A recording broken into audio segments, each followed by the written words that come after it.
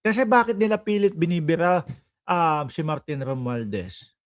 Kasi 'di ba mga kababayan, nakikita naman natin, naging pader si Martin Romualdez ni Pangulong Bongbong Marcos. 'Di ba? Kung naalala niyo yung coup na muntik ng gawin o yung binalak nilang kudeta diyaan sa loob ng Congress na pinamunuan ni Aling Maliit. Hmm, kung hindi ako nagkakamali kung siya o hindi pero paki-correct ako diyaan sa comment section. Nabisto, eh, 'di ba? Kung nagkatotoo 'yun, kung natuloy 'yun, eh, malamang nga maka-Duterte yung mga 'yun, eh.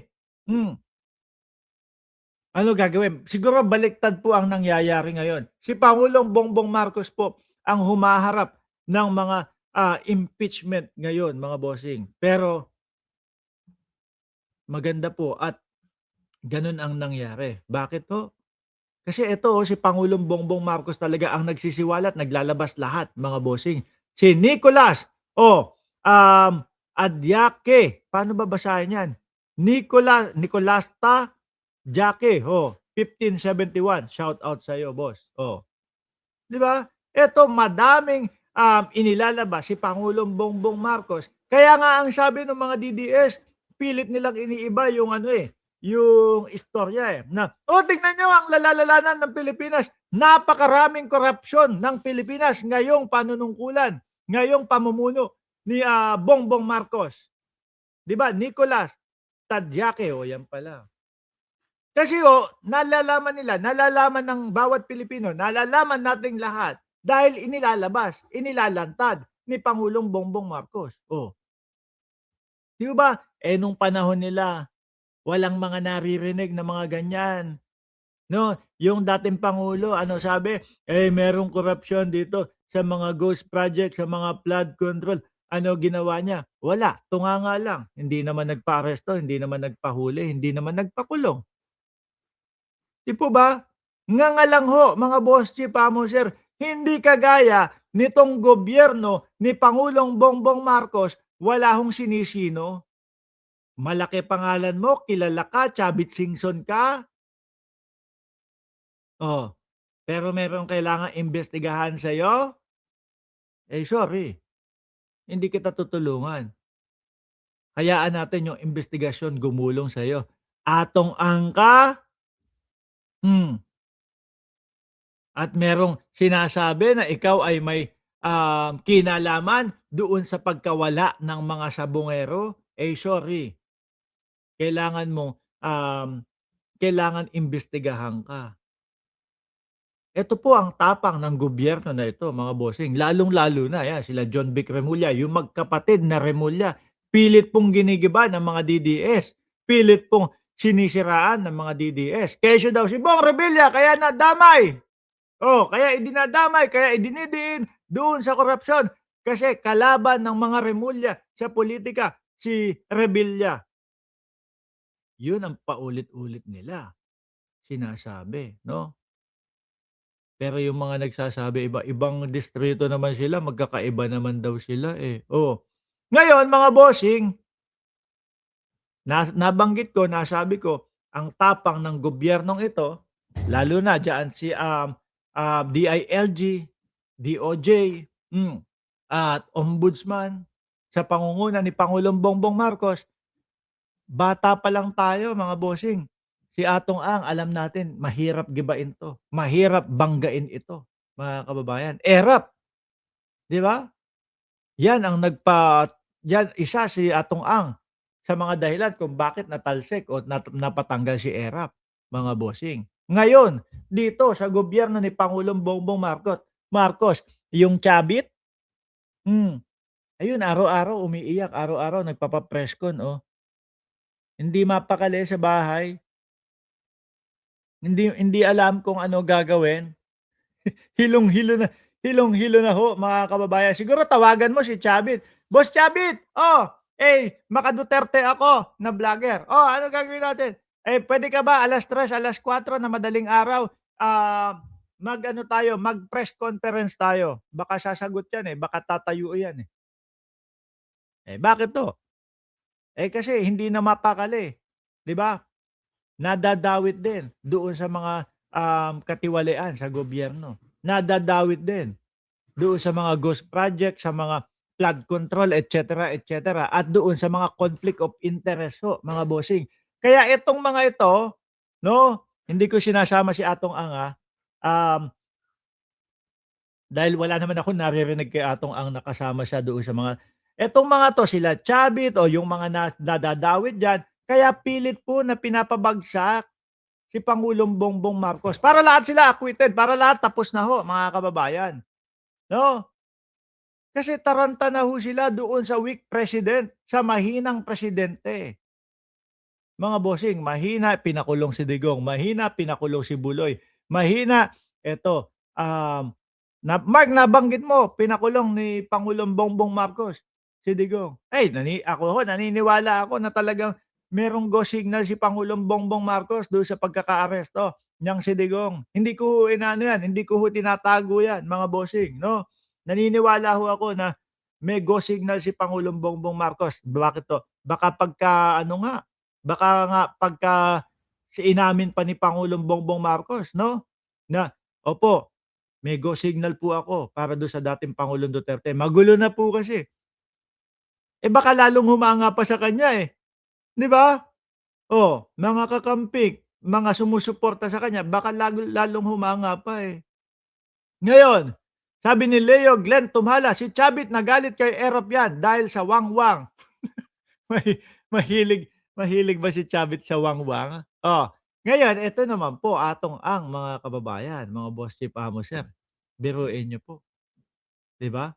Hindi ko po na-imagine eto sa buhay na ito, na si Atong Ang, sasabihan nila ng bago mag-2026 aarestuhin na si Atong Ang. Ibig sabihin mga bossing, may anong petsa na diyan sa Pilipinas? 17, 'di ba? 17 ng gabi, oh.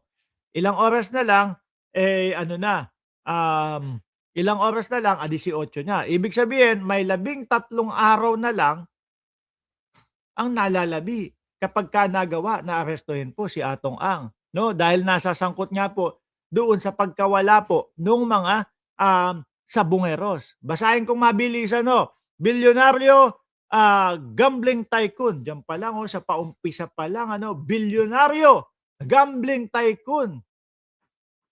Kapagka ikaw, medyo kakabahan ka na, bilyonaryo din yata yung mga Remulla. Okey, kaya kayang tapatan, 'no?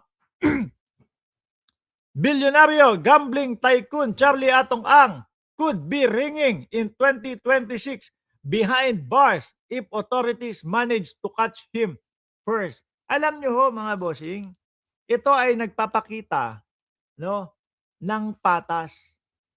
Nagpapakita ng patas na batas sa bawat Pilipino. Yung kay Buloyski na nga lang, eh. O yung misis ko ang sipag mag-ano, "Oh, mag-hi ka, putek na 'yan, oh." Parang si J-Lo ho, tingnan niyo ang sipag ano, oh. May ano, meron meron pong ano, ano tawag diyan, commercial break, oh. Nakita niyo ho si Buloyski mga bossing, 'di ba? Maliliit na tao yung nagsasampa o yung nagsampa ng kaso kay Buloyski. Nung panahon ng dating Pangulong Duterte, basura yun. 'Di ba doon sa Davao? Wala na. Ngayon 'no, mga kababayan, siyempre inapila po bago ang presidente, DOJ, si Ombudsman Remulla nun. Buksan nga natin 'to, tignan nga natin kung talagang inayos nila, kung bakit nila nasabi na ibinasura. Nakita ho mga bossing, ano ang sabi, sandali kailangan litisin ito. No, kasi ho, sa Estados Unidos, si Buloyski nananatili po na wanted. Baka po next year 'yan mga kababayan, ipadala na 'yan. Nandiyan na yung si ano, si pinsan, oh. Oh, pinsan, oh, shout out sa'yo. Si Buloyski ho mga kababayan, hanggang ngayon wanted pa din po sa Estados Unidos. 'Di ba? So siguro 'yun yung pinagbasehan, bakit gano'n, hanggang ngayon, wanted pa din si Buloyski. Mukhang pinagtataguan lang, ginagawang taguan ni Buloyski itong Pilipinas, tingnan nga natin, alamin natin. Nakita, kailangan din, na buksan. Ngayon ho mga bossing, yung mga kagaya nila, ano pangalan nun? Alias Amanda, Amanda ba? Tama ako? O si alias Amanda na maliliit, ngayon nararamdaman natin na, naku hindi pala porket mahirap ka, hindi pala porket nasa laylayan ka, eh, mawawalan ka na ng pag-asa na makuha yung hustisya. Ayan po ngayon, mga malalaking tao po 'yan. Yung bilyar kasama din ho mga bossing sa iniimbestigahan at merong sariling investigador na grupo yung mga bilyar po. Siguro ang naiisip ko ho dun mga kababayan, eh, talagang malakihan, malawakan at hindi kaya isabay doon sa mga, iniimbestigahan ngayon. 'Di ho ba? Oh, pinsan, oh, magpapakain ka diyan, sa Singapore pagka ano, okey na sa akin yung ano, 2 hita ng manok, okey? Oh. The Department of the Local Interior and Local Government, DILG, is expecting an arrest warrant against ang within days. DILG Secretary John Vic Remulla said Wednesday.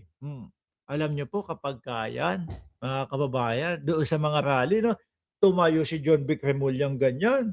Sabi ko, ako, mga bossing, ako medyo sabi ko, ang OA naman kasing tumayo nitong si John Vic doon sa mga ano, doon sa mga rally, 'no. Pero hindi yung sabi yung OA na OA ako, wala lang, okey lang, tipong gano'n. Kaya lang, um, hindi ko masabing astig na astig, 'no. Kaya lang siguro yun yung way niya kung paano asarin, bwisitin yung mga DDS, yung simpleng ganyan na, bwisit na bwisit po yung mga DDS sa mga gano'n. Pero ayan, tingnan niyo, nakikita naman po talaga yung tapang. Hindi kagaya nung sinasabi ng mga DDS, "Bumaba ka dito, kapagka bumaba ka dito walang pulis, yari ka sa'min." Hindi ka naman papalag. Pero ayan, atong-ang, 'di ba? Biruin niyo ho, 4 na hita, naku masarap 'yan. Anyway ho, mga kababayan, ang masasabi ko lang po diyan is etong gobyerno ni Pangulong Bongbong Marcos kasama ang DOJ, DILG, ang Ombudsman, balanse po lahat. Sabi ni Ernesto Lozano, "Sir Mark, anong nangyari sa makukulong?" 'Di ba ang sabi 5 linggo? Simula nung sinabi yon, kailan ba sinabi yon? May 2 linggo na, may 3 linggo pa, 'di ba? At least 'yun may hinihintay tayo na sinabing makukulong.